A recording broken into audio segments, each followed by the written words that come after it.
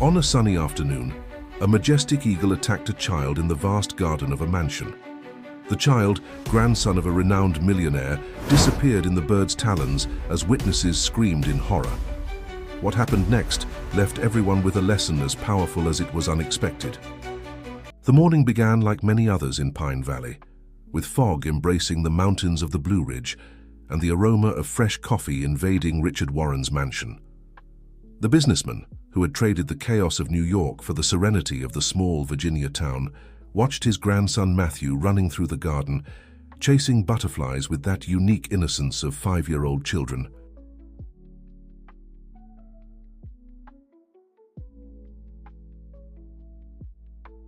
"Grandpa, look at all these different colors," exclaimed Matthew, his brown eyes shining with excitement as he pointed to the multicolored wings dancing in the air. Richard smiled, feeling that familiar wave of gratitude for having chosen to restart his life in this place, far from the skyscrapers and endless meetings that had dominated his last decades.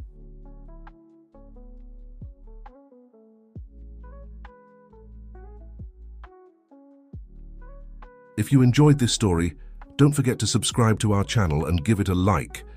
Tell us which city you're watching from. We continue. The Warren estate, situated on a mountainside, was surrounded by a dense and mysterious forest. Richard, since moving there, had developed a special fascination for that infinite green that stretched beyond his windows.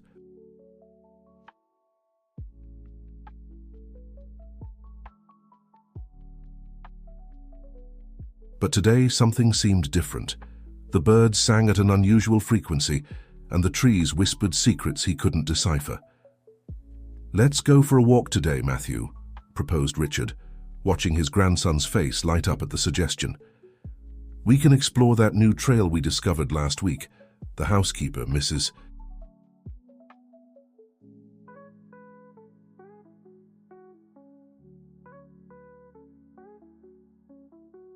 Sarah, who had worked for the family for years, frowned upon hearing the plans.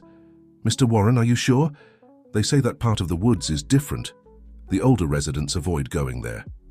Richard laughed, dismissing the woman's concerns with a gentle gesture. "They're just stories, Sarah."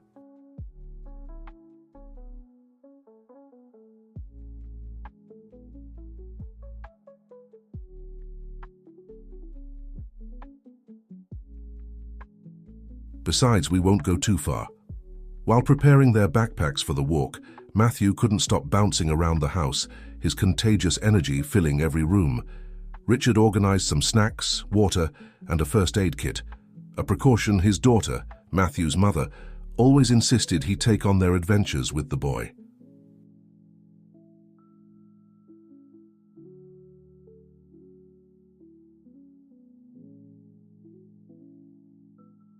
The beginning of the trail was marked by an old wooden gate, already covered with moss and vines. As they entered the woods, Richard noticed how the vegetation grew increasingly dense, creating a natural canopy that filtered sunlight in hypnotic patterns on the forest floor. Matthew ran ahead, occasionally stopping to examine an interesting leaf or a mysterious footprint on the ground.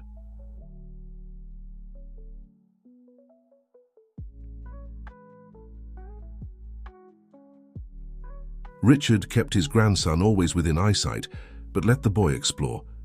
That's how the best discoveries happened.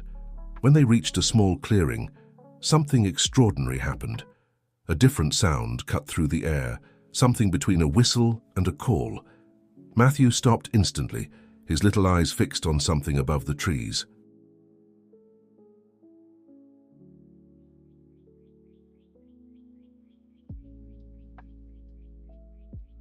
"Grandpa, can you see that?" whispered the boy, pointing to the sky. Richard followed his grandson's gaze, and his heart nearly stopped. Hovering above them, larger than any bird he had ever seen in the region, was a majestic eagle. Its wings, when spread, seemed to cover the entire circle of sky visible through the treetops.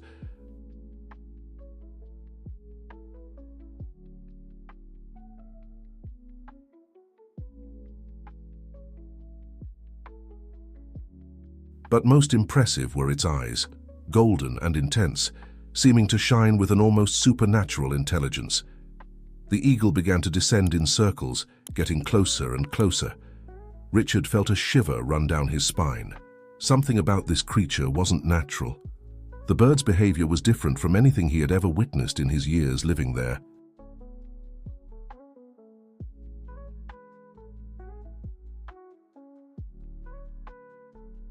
Matthew, instead of fear, showed absolute fascination.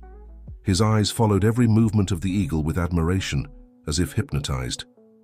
"It's beautiful, Grandpa," exclaimed the boy, taking a step forward. "Matthew, don't move," Richard asked, his voice betraying a concern he was trying to hide. But it was too late. In a swift and precise movement, the eagle dove towards them.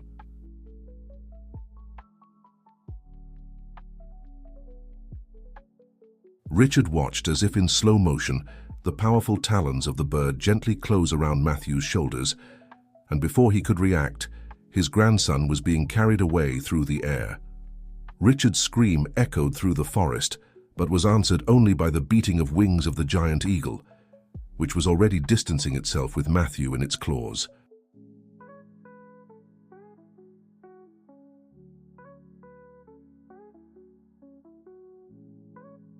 The boy surprisingly showed no fear. On the contrary, he seemed amazed by the experience, his eyes shining with a mixture of excitement and curiosity. Desperate, Richard ran back to town, his legs moving on pure instinct, while his mind tried to process the surreal event he had just witnessed.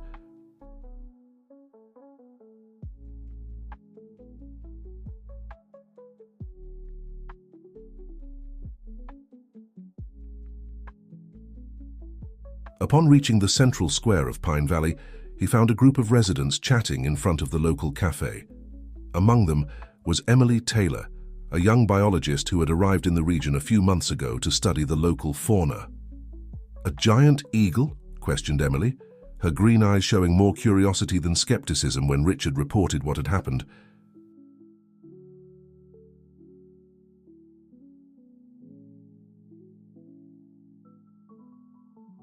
"In all my years of research, I've never heard of a bird of that size in this region, but," she hesitated, flipping through her notebook, "I have observed strange behaviors in the local fauna in recent weeks."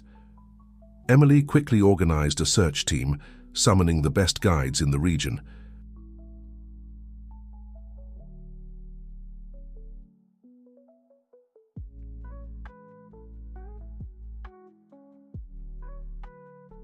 Among them was John Tracker Smith, a middle-aged man known for his almost supernatural ability to read the signs of the forest. His weather-beaten face carried the stories of decades exploring these woods.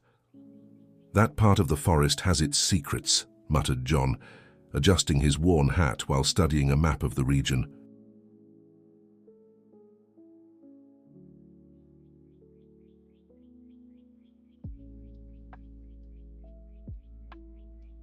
"My grandfather used to say there are ancient guardians protecting something precious in there." The team set out immediately, carrying tracking equipment and first aid supplies. Richard noticed that Emily was carrying a strange device in her hands, something that looked like a mix between a compass and an energy meter. "It's a prototype," she explained, noticing his interest.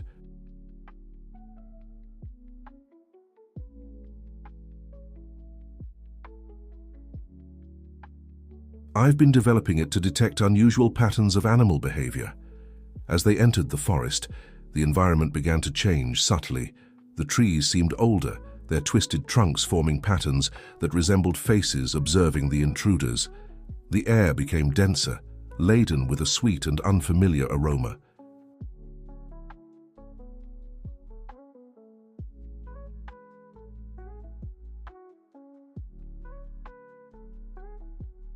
"Look at this," called Emily, pointing to a group of hummingbirds flying in precise formation, something completely atypical for the species.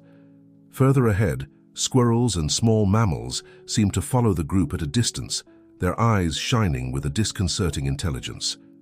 John stopped abruptly, crouching to examine some marks on the ground. "Recent human footprints," he murmured.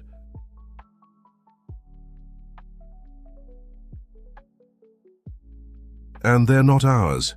His wrinkled face showed concern. "There are more people interested in this part of the woods." Richard felt his heart tighten. The idea that other people might be looking for something in this region just when his grandson had disappeared didn't seem like a coincidence. Emily, sensing his unease, placed a hand on his shoulder.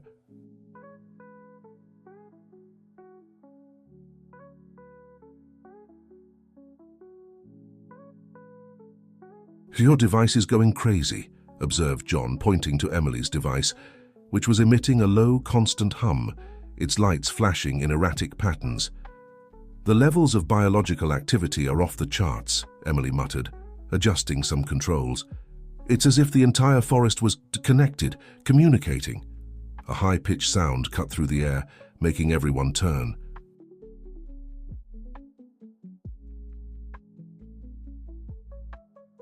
High up in an ancient tree, the giant eagle was watching them. Its golden eyes seemed to assess each member of the group, as if deciding if they were worthy to proceed. "It wants us to follow it," said Emily, her voice barely containing the scientific excitement. "All its behavior indicates that this isn't a random attack."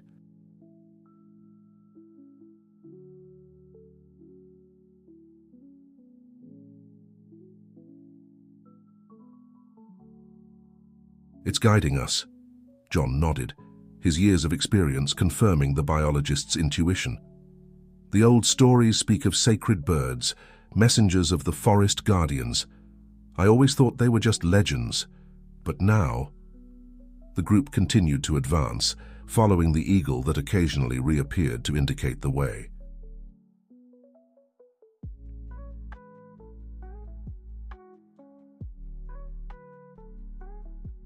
The vegetation became increasingly dense and ancient, with some species that Emily swore she had never seen before. Richard noticed that the sounds of the forest had changed. They were now more melodious, almost like an ancient and forgotten music.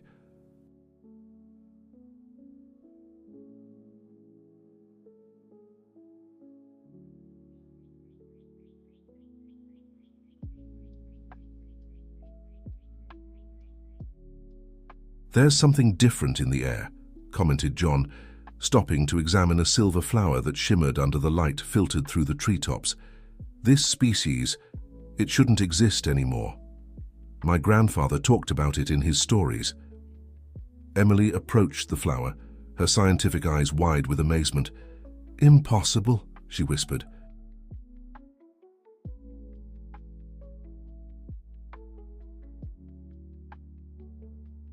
"This looks like... but it can't be." She frantically flipped through her notebook, looking for something specific. A child's cry echoed through the forest, making Richard's heart leap. It was Matthew's voice, but it didn't sound like a cry of fear. It sounded more like a laugh of pure joy. Matthew's laughter echoed through the forest like an invitation, guiding the group through the ancient trees.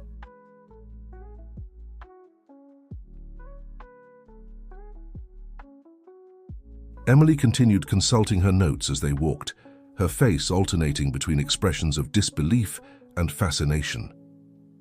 "You have no idea what we might be about to find," she said, her voice trembling with excitement. "There are ancient reports, documents that few researchers took seriously, about a species of plant with unique properties."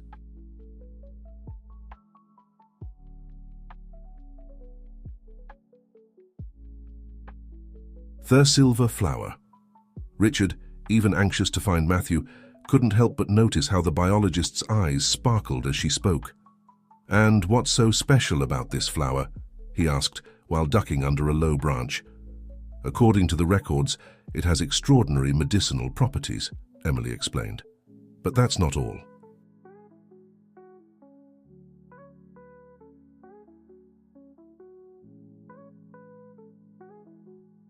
"The legends say it has a special connection with the local fauna, as if it were a link between all living beings in the forest." John, who was walking ahead of the group, suddenly stopped. "My grandfather used to tell stories about a sacred flower," he said, his gruff voice laden with memories.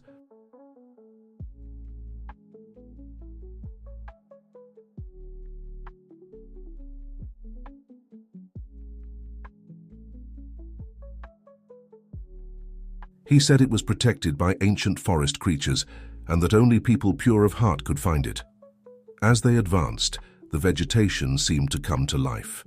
Vines moved subtly, opening a path for the group, while unknown flowers emanated a soft glow. Small animals followed them, their eyes reflecting an ancestral wisdom.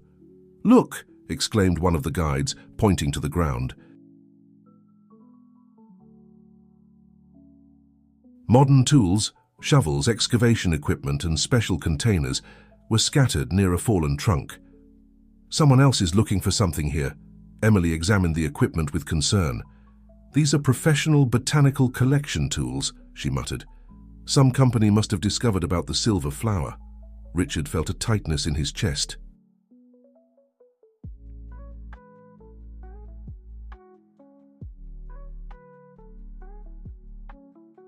As a businessman, he knew well the value that certain discoveries could have in the market.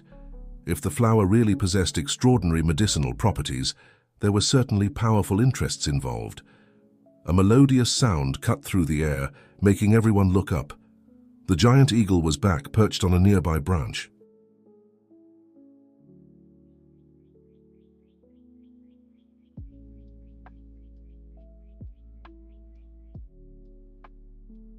Its golden eyes seemed to shine more intensely, as if trying to communicate something urgent. "Is it just me, or are the animals agitated?" asked Richard, noticing how squirrels, birds, and even some deer were approaching, forming a circle around the group. Emily consulted her device, which now emitted a constant hum. The biological activity is more intense than ever.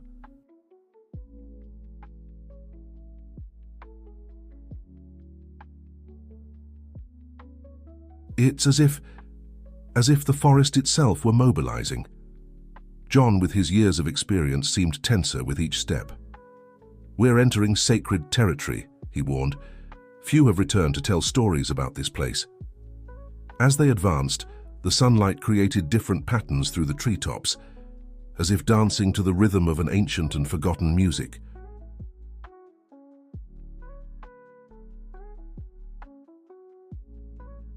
The air became denser, laden with a sweet and mysterious aroma that no one could identify. Suddenly, a clearing appeared before them. In the center, shining like stars fallen from the sky, dozens of silver flowers rose majestically. Their petals reflected the sunlight in a way that seemed supernatural, creating a spectacle of lights and shadows.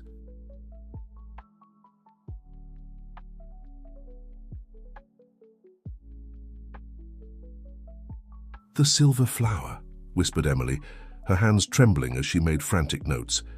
"They really exist." And there, sitting calmly among the flowers, was Matthew. The boy smiled serenely, his hands gently caressing the silver petals while talking in a low voice with the flowers, as if sharing ancient secrets.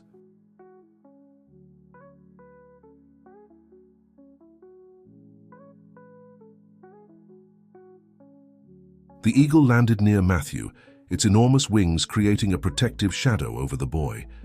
The other forest animals approached too, forming a guardian circle around the clearing. "Grandpa!" Matthew exclaimed cheerfully upon seeing Richard, but didn't move from his place. "The flowers are telling me incredible stories."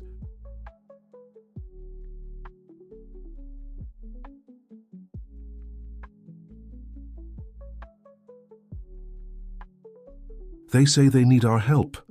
Richard took a step forward, but John held him back. "Wait," said the experienced guide. "Something is about to happen. The forest is sending us a message." The sun reached its highest point in the sky, and the silver flowers began to shine more intensely, as if responding to an ancestral call.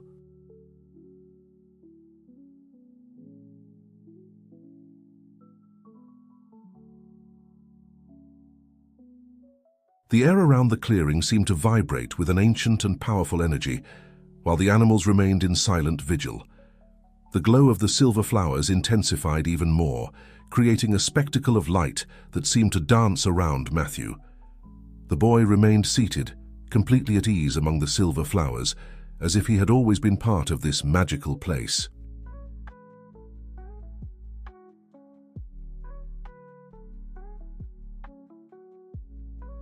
"Matthew, are you okay?" asked Richard, his voice choked with emotion. His grandson smiled in response, his eyes shining with unexpected wisdom for a 5-year-old child. "Better than ever, Grandpa. The flowers chose me to tell their story," Matthew replied naturally. "They need protection."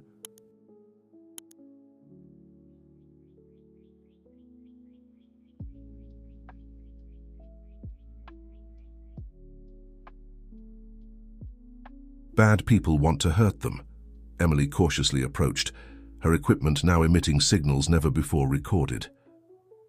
"It's extraordinary," she murmured, making frantic notes. "The concentration of vital energy in this clearing is greater than anything ever documented in the history of botany." John observed everything, with a mixture of reverence and concern.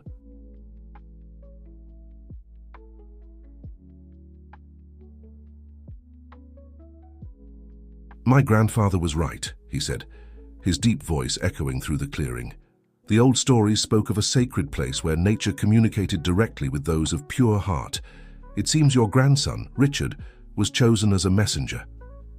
As they talked, more animals approached the clearing.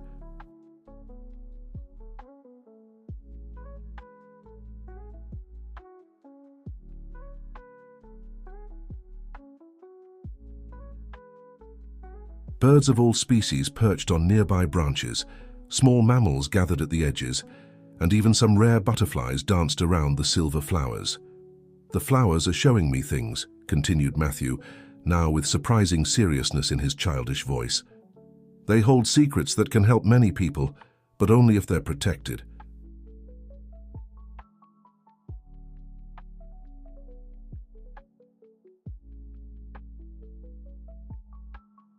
If someone tries to take them away, they lose their special power. Richard knelt beside his grandson, watching in wonder as the flowers seemed to react to the boy's presence, their silver petals gently undulating as if responding to an invisible touch. "There's one more thing, Grandpa," Matthew said softly. "The flowers showed me that there are people looking for them."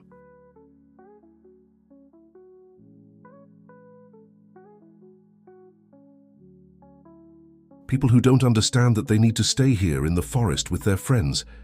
He gestured to the animals around.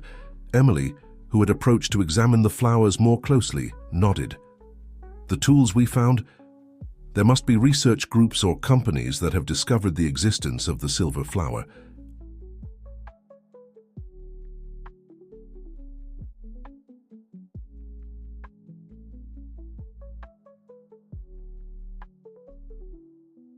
If they find out about this place. A distant sound of breaking branches made everyone turn. The eagle, which remained close to Matthew, emitted a high-pitched warning sound. The other animals also reacted, some hiding, others assuming defensive postures. "More people are coming," John alerted, his years of experience in the woods sharpening his senses.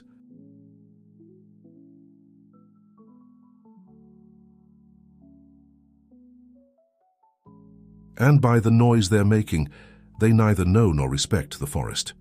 Richard felt his protective instinct awaken. It wasn't just his grandson who needed protection now. It was this entire magical place, this extraordinary piece of nature that had somehow chosen Matthew as its guardian. "Grandpa," called Matthew, his voice now laden with urgency.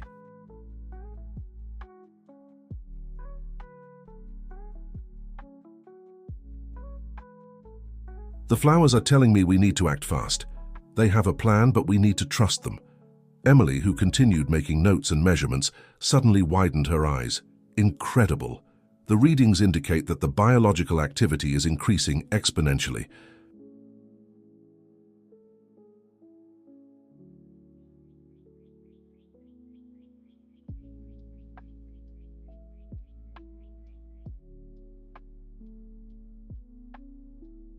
It's as if the entire forest were preparing for something. The eagle spread its majestic wings, casting a protective shadow over Matthew and the flowers. Other animals began to move in a coordinated manner, as if following an invisible plan. "The ancient flowers have their own way of protecting themselves," murmured John, recalling his grandfather's stories.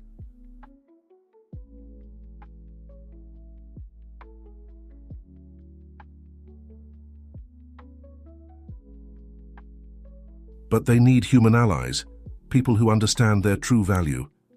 Matthew slowly stood up, his small hands gently touching the silver petals. "They're asking for our help, Grandpa. They say we can only save this place if we work together. The flowers, the animals, and us." The sun was beginning to lower on the horizon, creating elongated shadows in the clearing.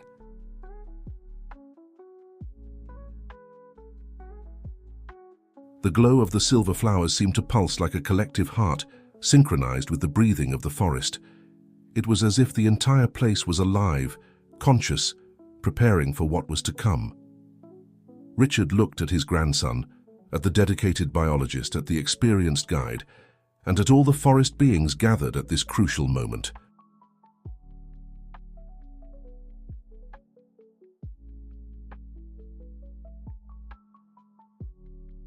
He realized they were about to get involved in something much bigger than a simple rescue. It was a mission to protect one of the last truly magical places in the world. The footsteps were getting closer and closer to the sacred clearing. Matthew, with wisdom beyond his years, began to collect some fallen seeds from the silver flowers, carefully storing them in his pockets.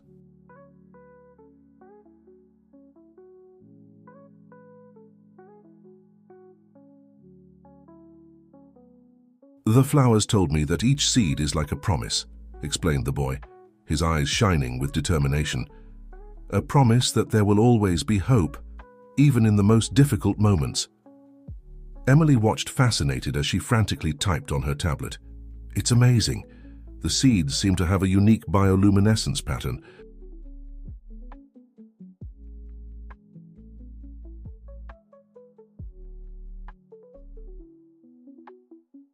"I've never seen anything like it in my entire career."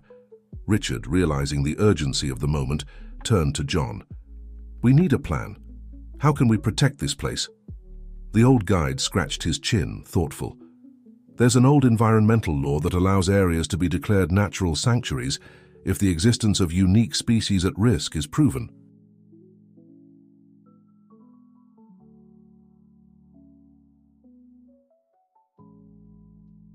"But we'd need solid scientific evidence." "I can help with that," Emily promptly offered. "I have analysis equipment in my lab in Pine Valley. If we can properly document the unique properties of this species..." A new noise, closer now, interrupted the conversation.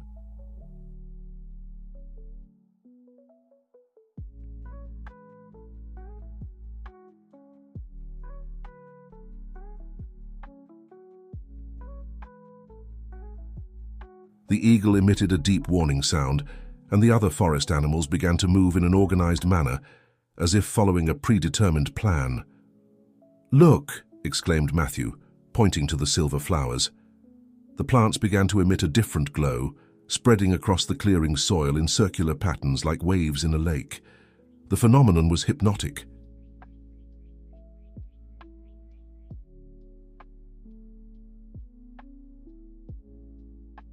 Each pulse of light seemed to communicate with the forest animals, which responded in perfect synchrony.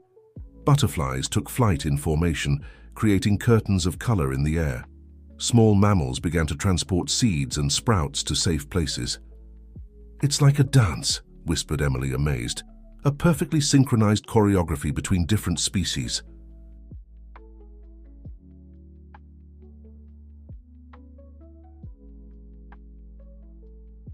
"This defies everything we know about animal behavior." Richard watched his grandson, who seemed to perfectly understand what was happening.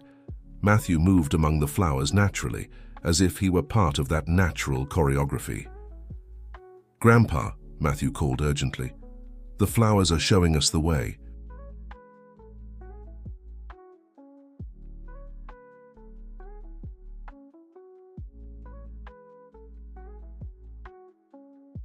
"They know how to protect themselves, but they need our help to buy time." John, who was monitoring the forest sounds, made a gesture asking for silence. "We have company coming from 3 different directions," he whispered. "They're professionals. They know how to move in the woods." It was then that Matthew did something surprising.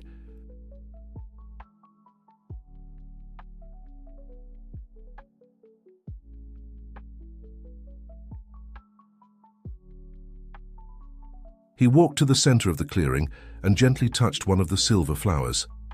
At that instant, all the other flowers began to glow more intensely, creating a spectacle of light that seemed to dance to the rhythm of silent music. "It's a communication system," exclaimed Emily, her scientific eyes shining with excitement.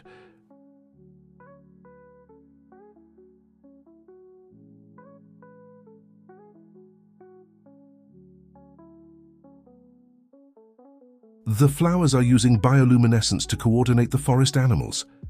The eagle, which until then had been observing everything from above, descended in a majestic flight and landed beside Matthew. The boy smiled and climbed onto the bird's back with a naturalness that left everyone speechless. "Don't worry," he said, smiling. "The eagle lady will help me spread the seeds in safe places."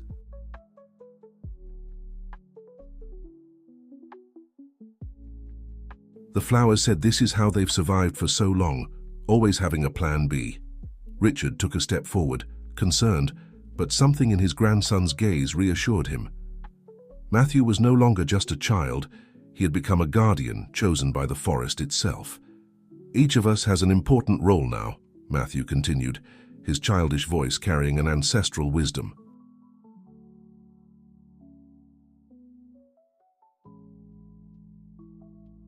"Grandpa, you have influence and know important people. Emily has scientific knowledge. John knows all the secrets of the forest, and I—" He smiled, caressing the eagle's feathers. "I can hear what the flowers have to say." The sun was beginning to set, painting the sky in shades of orange that made the silver flowers seem even more magical.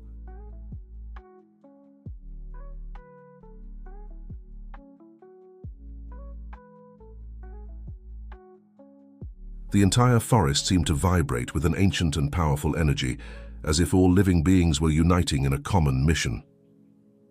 "It's time," said Matthew, adjusting himself on the eagle's back. "Let's show that nature has its own guardians, and that some treasures can't be bought or sold. They need to be protected by those who understand their true value."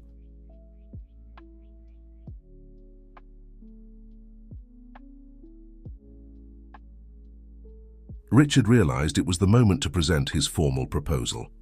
"Dr. Harris, imagine a revolutionary research center right here in Pine Valley, a place where science and nature work in harmony."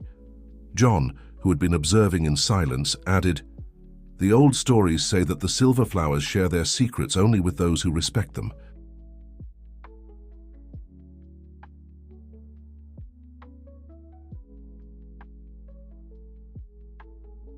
Perhaps it's time to unite ancient knowledge with modern science."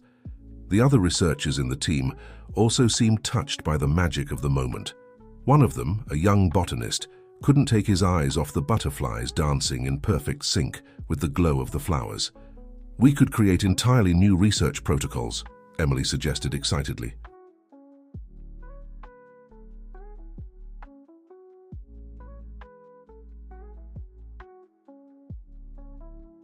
"Methods that allow us to study the properties of the flowers without interfering with their natural habitat." The eagle, which remained close to Matthew, emitted a soft, almost musical sound. In response, other forest birds began to sing in harmony, creating a natural symphony that seemed to underscore the decision that was about to be made.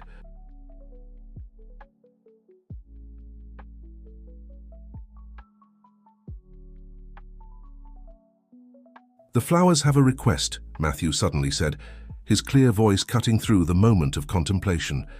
"They want to show something important." As if responding to the boy's call, the silver flowers began to glow in a different pattern. Waves of silver light spread across the clearing's soil, revealing an intricate network of bioluminescent roots that connected all the plants.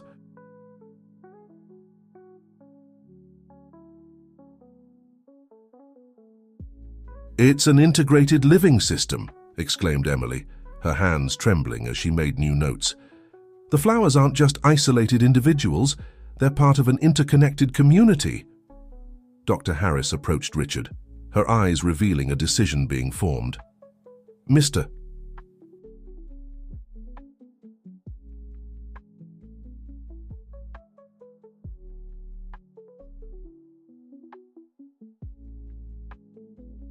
Warren, your proposal. Tell me more about this idea of a research center." Richard smiled, realizing that the magic of the forest had touched even the most pragmatic scientific heart. We can create something unique here.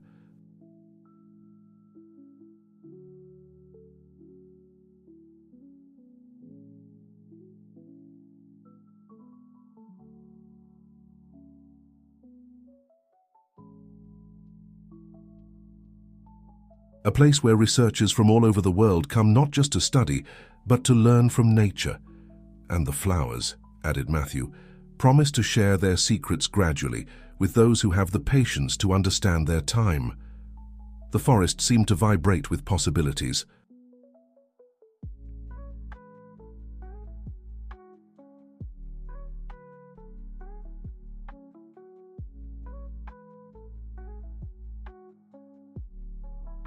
The animals, the plants, and even the air laden with luminous particles, everything indicated that they were on the brink of something revolutionary.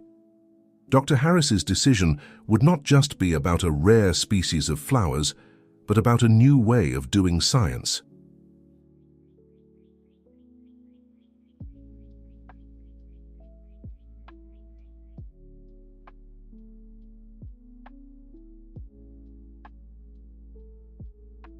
Perhaps, she finally said, a smile appearing on her lips, it's time for science to learn to bow before the wisdom of nature.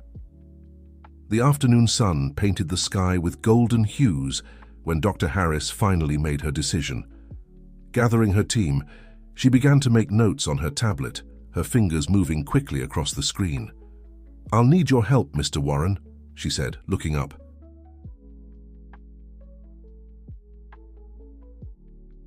Transforming this place into a sustainable research center will require much more than just financial resources.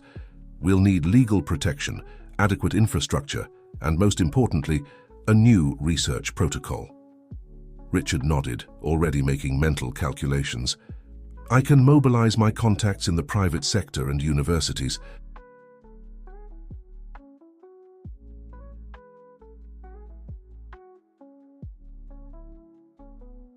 Pine Valley has the potential to become a world reference in sustainable research." Emily, who couldn't contain her scientific enthusiasm, was already beginning to elaborate the first study protocols. "We can use non-invasive technology to monitor the flowers."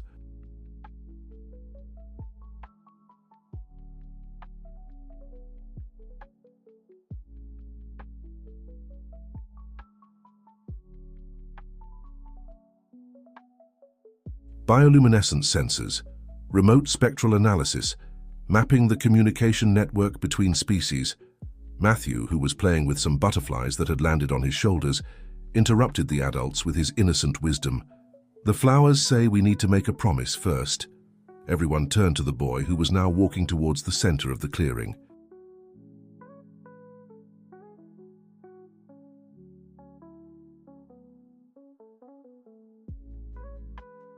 The silver flowers responded to his approach with soft pulses of silver light. "What kind of promise, Matthew?" asked Richard, watching fascinated as his grandson seemed perfectly at ease in this magical environment. "A promise from the heart," the boy replied simply. "The flowers want everyone who comes to study them to make a vow to protect not just them, but the entire forest."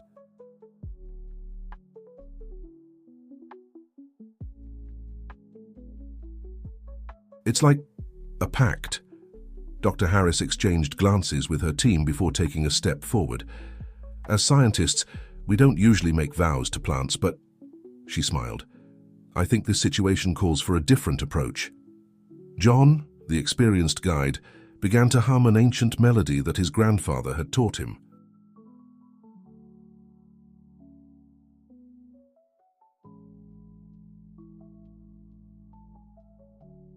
"In the old traditions," he explained between notes, "all sacred knowledge came with a responsibility."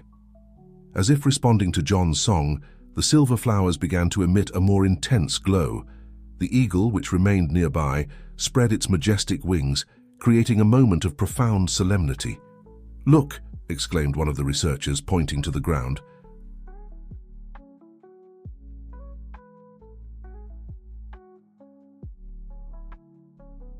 Around each person present, small silver sprouts began to emerge from the soil, creating a perfect circle. It was as if the flowers themselves were choosing their guardians. "This is how they seal promises," explained Matthew, his eyes shining with excitement.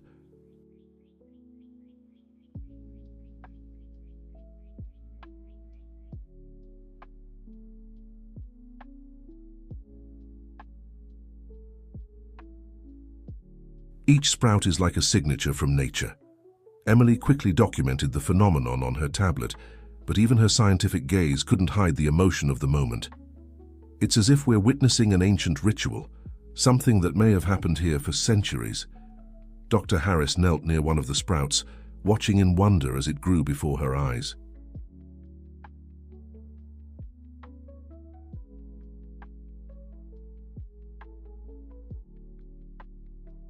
"Perhaps," she said softly, "true science is learning to respect the mysteries we can't fully explain." Richard observed everything with a new understanding. As a businessman, he was accustomed to seeing value in numbers and results, but here, in this magical clearing, he began to comprehend a different kind of wealth. "The flowers are happy," announced Matthew, smiling.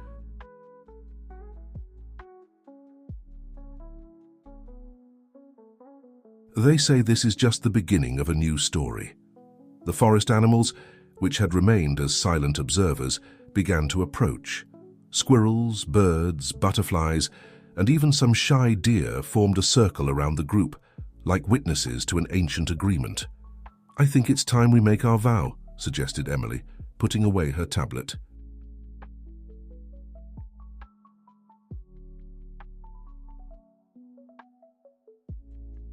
"Something that symbolizes our commitment to this special place." One by one, each person present in the clearing placed a hand on one of the silver sprouts. The silver flowers responded with pulses of light that seemed to connect everyone in a living network of energy and purpose. The months that followed the pact in the clearing brought significant changes to Pine Valley.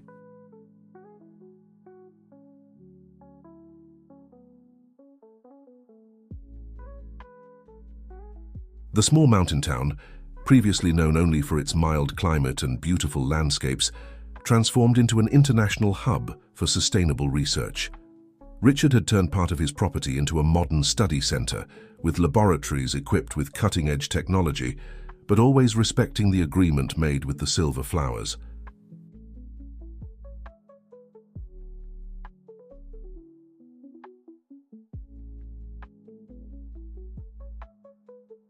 The project, named Argentum Institute for Sustainable Research, attracted scientists from all over the world.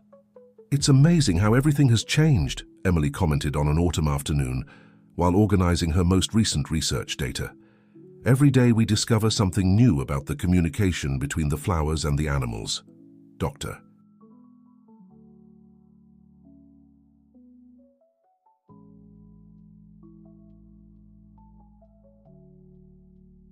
Harris, who now directed the Institute's research area, agreed enthusiastically.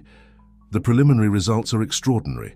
The medicinal properties of the silver flowers go far beyond what we imagined, but the most fascinating thing is how they choose to share their secrets."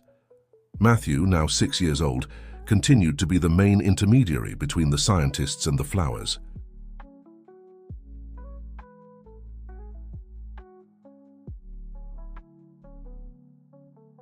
His special connection with nature had only strengthened over time.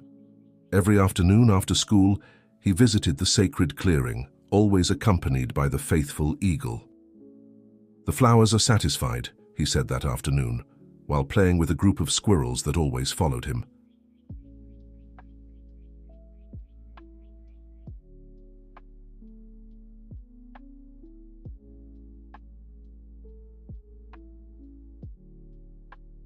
They say humans are learning to listen. The research center had become a model of how science could work in harmony with nature. The laboratories were built following principles of sustainability, with solar panels and rainwater harvesting systems. The access trails to the clearing were carefully maintained to minimize impact on the environment.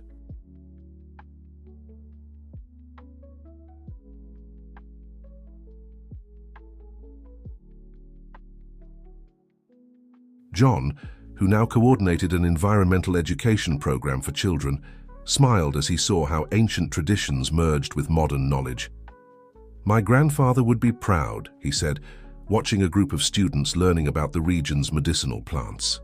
One afternoon, as Richard supervised the installation of new monitoring equipment, Matthew came running, his eyes shining with excitement.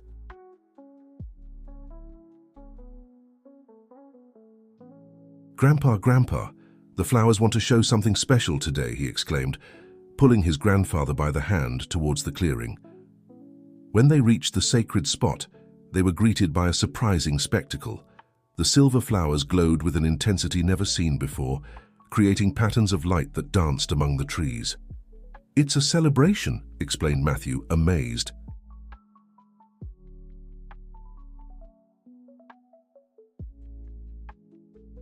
They're happy because more flowers are blooming in other parts of the forest.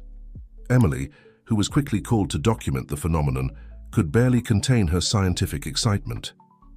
The seeds that Matthew spread that day, they not only germinated, but created new communication nuclei with the local fauna. The news spread quickly through the institute.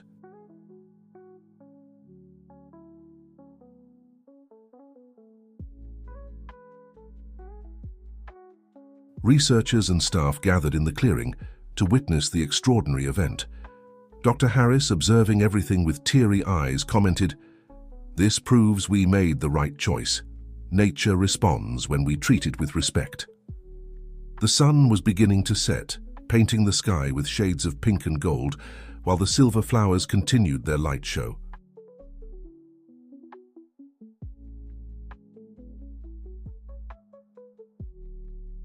The eagle, perched on its favorite branch, observed everything with its wise golden eyes. "You know, Grandpa," said Matthew, sitting among the flowers he loved so much, "the flowers told me this is just the beginning."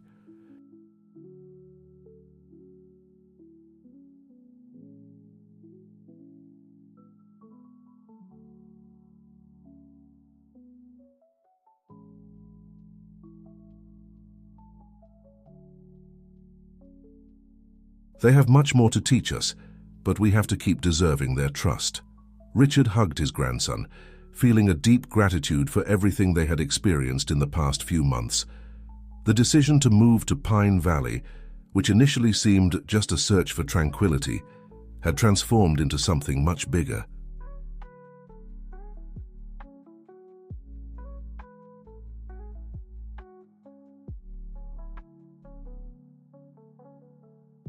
A year after the discovery of the silver flowers, Pine Valley had transformed into a global example of sustainable development. The Argentum Institute was not just a research center, but a hub of transformation that radiated knowledge and environmental awareness. On a particularly bright morning, Richard was conducting a meeting with UNESCO representatives.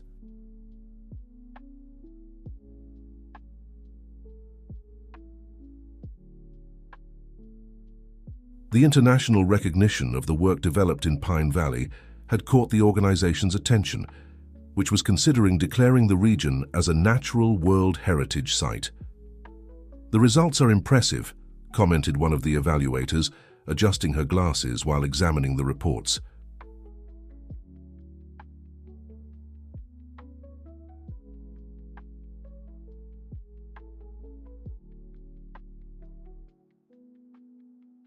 "The way you've managed to integrate cutting-edge scientific research with environmental preservation is revolutionary."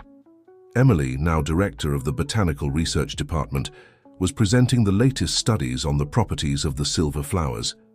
"The most fascinating thing is that each new discovery leads us to more questions."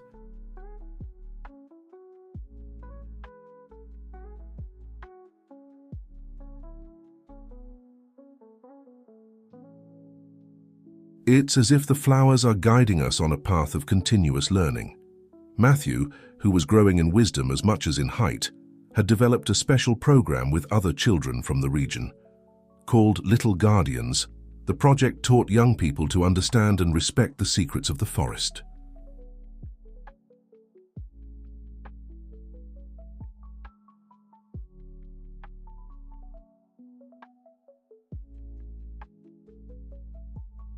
"The flowers told me that children learn faster because they're not afraid to believe in magic, he explained to a group of international visitors who watched in amazement as rare butterflies naturally landed on his shoulders.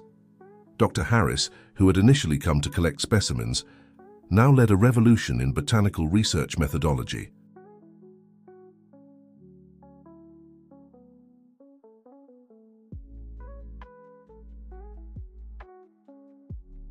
We've developed protocols that allow us to study the medicinal properties of the flowers without ever needing to harvest or damage them, she explained during an international conference held at the Institute. John, with his ancestral knowledge, had become a fundamental bridge between modern science and traditional wisdom.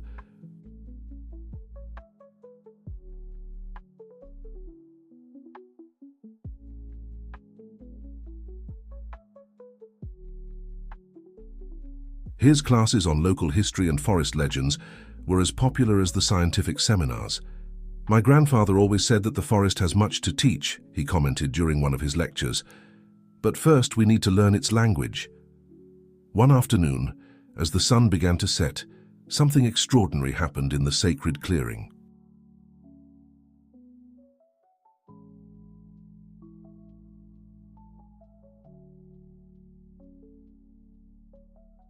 Matthew, who was playing with his usual group of animals, noticed that the silver flowers began to emit a different glow. "They want to show us something new," he exclaimed, calling everyone who was nearby. The flowers began to pulse in a pattern never seen before, creating waves of light that expanded across the clearing.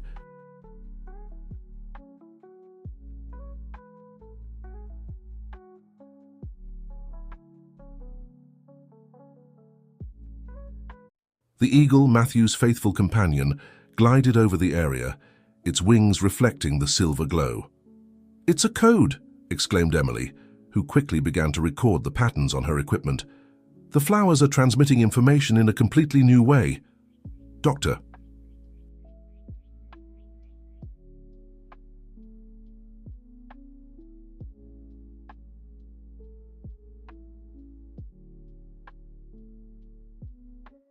Harris, who was present, watched in amazement as the forest animals responded to the phenomenon, moving in perfect synchronization with the waves of light.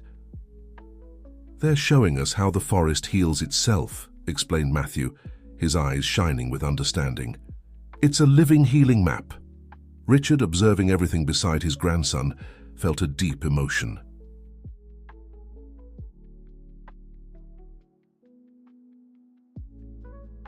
The small paradise he had chosen to restart his life had transformed into a beacon of hope for the world. "The flowers say this is just the beginning," Matthew continued, smiling as he caressed one of the silver petals. "Each time we learn something new, they reveal a little more of their wisdom." The news of the new phenomenon spread quickly through the scientific community.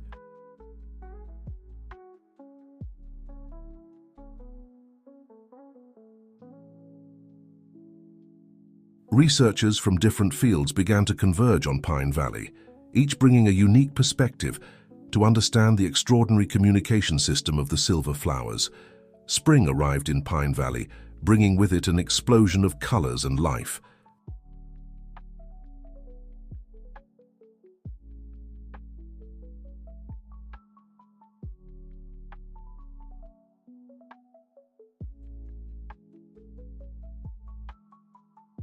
The Argentum Institute was buzzing with special energy that morning. It was the day of the first graduation of the Little Guardians, the program idealized by Matthew that had transformed into a model of environmental education. Wearing green lab coats decorated with silver flower embroidery, 20 children were preparing for their graduation ceremony.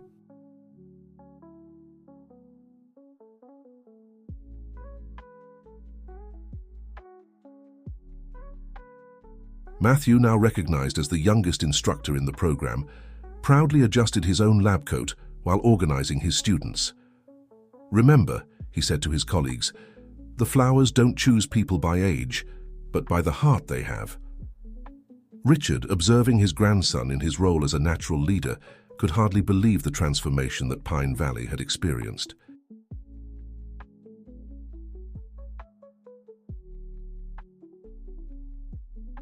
What had begun as an extraordinary event involving his grandson and a mysterious eagle had unfolded into a silent revolution that now echoed around the world. Dr. Harris, who presided over the ceremony, had prepared a special surprise. "Today," she announced, "we are not only celebrating our little guardians,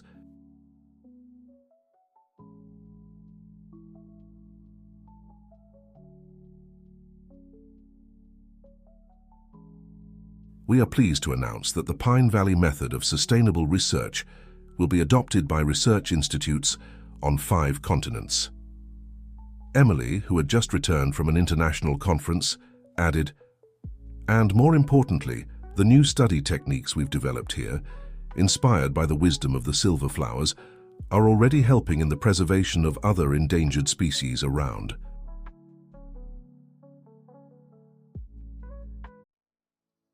The world.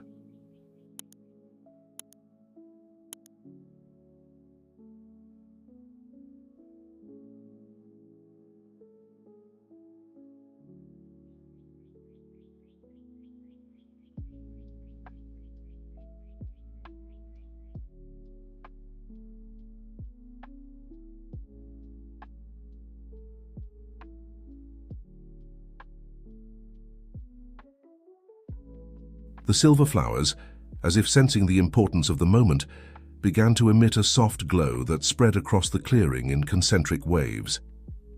The eagle, which had never ceased to be Matthew's special guardian, soared over the area, creating dancing shadows with its majestic wings.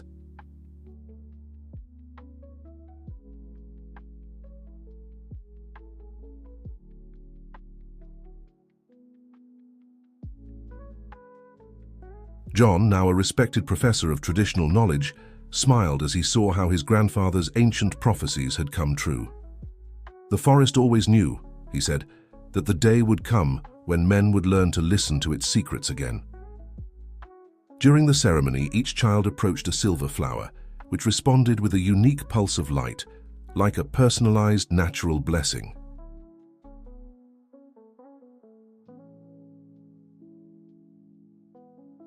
The scientists present still couldn't explain how each flower produced a different pattern for each child, but they had learned to accept that not everything needed an immediate explanation.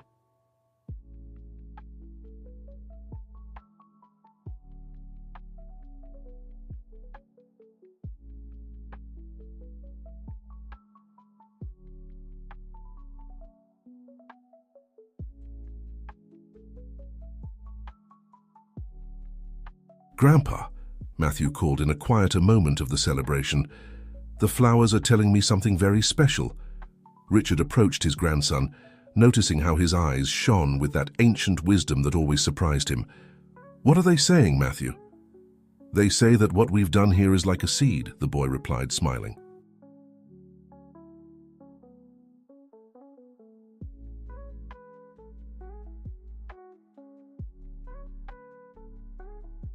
Harris, who was passing by and overheard the conversation, added, "You know, Matthew, you've taught us something that no scientific book could teach, that sometimes the greatest discoveries happen when we stop trying to control nature and start dancing with it." As the sun began to set, painting the sky with shades of pink and gold, the little guardians gathered in a circle around the silver.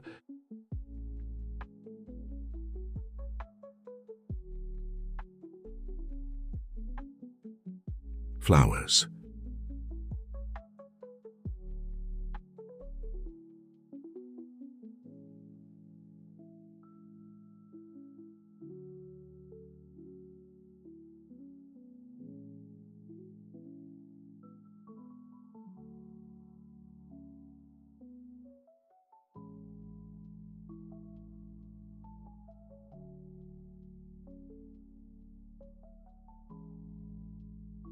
A seed that will grow in other places, helping other flowers, other forests, other children. It was a tradition they had created themselves, a moment of silence to listen to what the forest had to say. The glow of the flowers gradually grew, creating a spectacle of light that seemed to respond to the thoughts and emotions of each person present.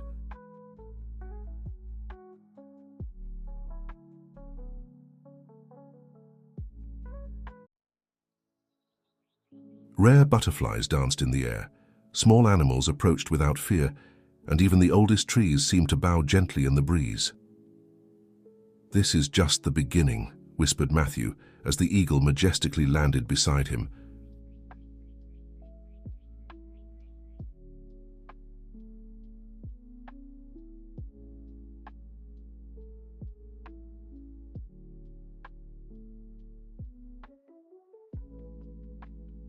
The flowers showed me that each person who learns to listen to nature becomes a new light in the world. The sun was rising in Pine Valley, painting the sky with shades of pink and gold, when Richard found Matthew sitting on the mansion's porch, talking softly with the eagle that had never abandoned him.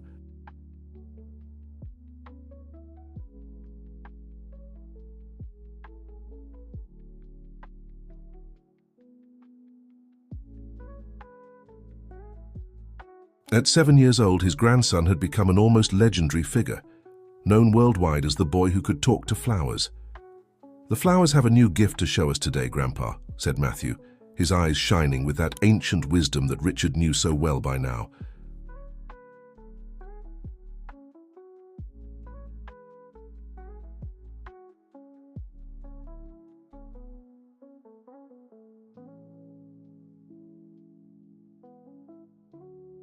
They say it's time to share something very special.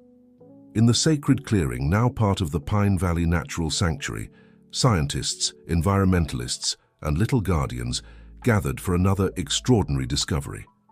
Dr. Harris and Emily were organizing their equipment, while John prepared a traditional Thanksgiving ceremony.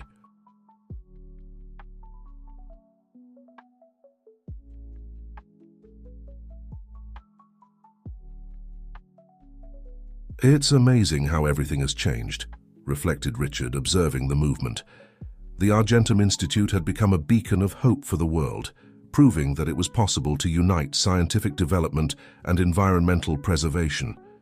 Delegations from all continents regularly visited Pine Valley, eager to learn the Matthew method of communication with nature.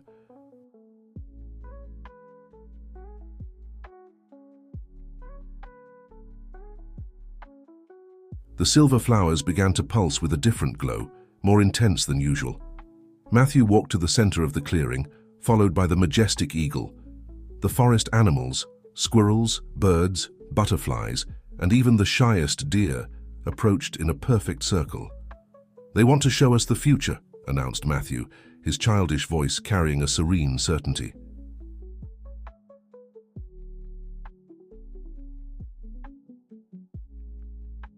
Not just the future of Pine Valley, but the future of all forests. The glow of the flowers intensified, creating luminous patterns that danced in the air like a web of silver light. Emily, marveling, recorded everything on her most advanced equipment. "The patterns," she exclaimed, "are connecting with the data we've received from other forest reserves around the world."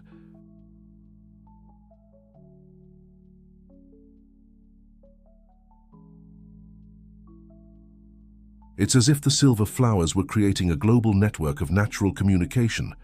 Dr. Harris, who was analyzing the data in real time, could barely contain her excitement. "This goes far beyond anything we imagined. The flowers aren't just communicating, they're teaching other species to connect too." Matthew smiled as if he had known this for a long time.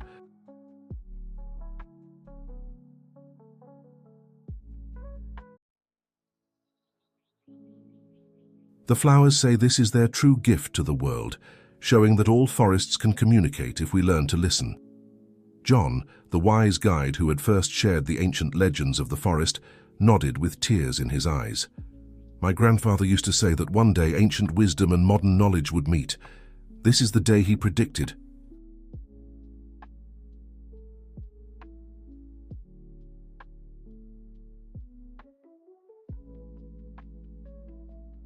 Richard observed everything with a heart overflowing with gratitude. His decision to leave the hectic life of the big city to reconnect with family had triggered a transformation that went far beyond his most optimistic expectations.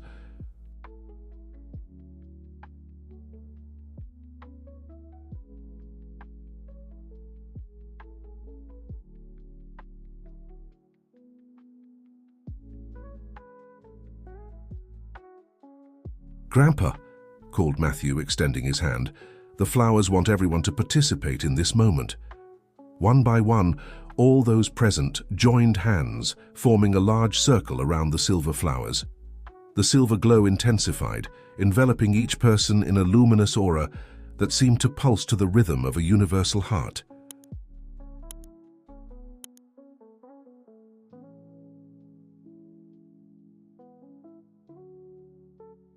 "This is just the beginning," said Matthew, his voice blending with the gentle murmur of the forest. "The flowers say that each person who learns to listen to nature becomes a new seed of hope, and from one seed, an entire forest can be born." The eagle spread its majestic wings as if blessing the moment.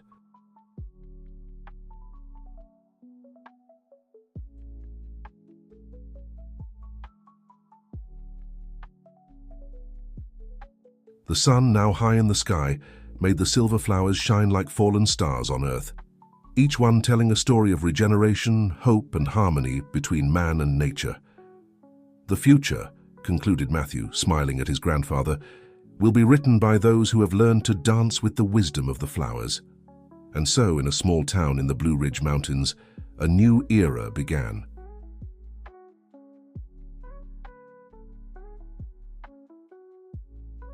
An era where science bowed to the wisdom of nature, where children taught adults to dream again, and where a simple silver flower reminded the world that the greatest miracles happen when we open our hearts to the magic that has always been there, waiting to be rediscovered.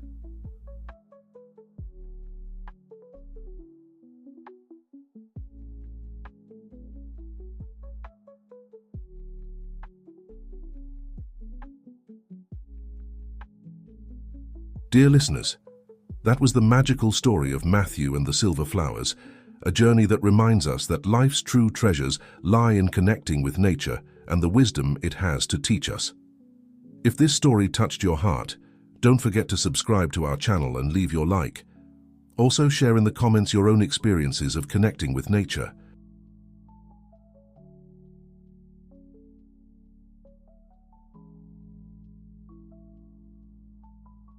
Together we can create a world where the magic of flowers continues to shine for future generations.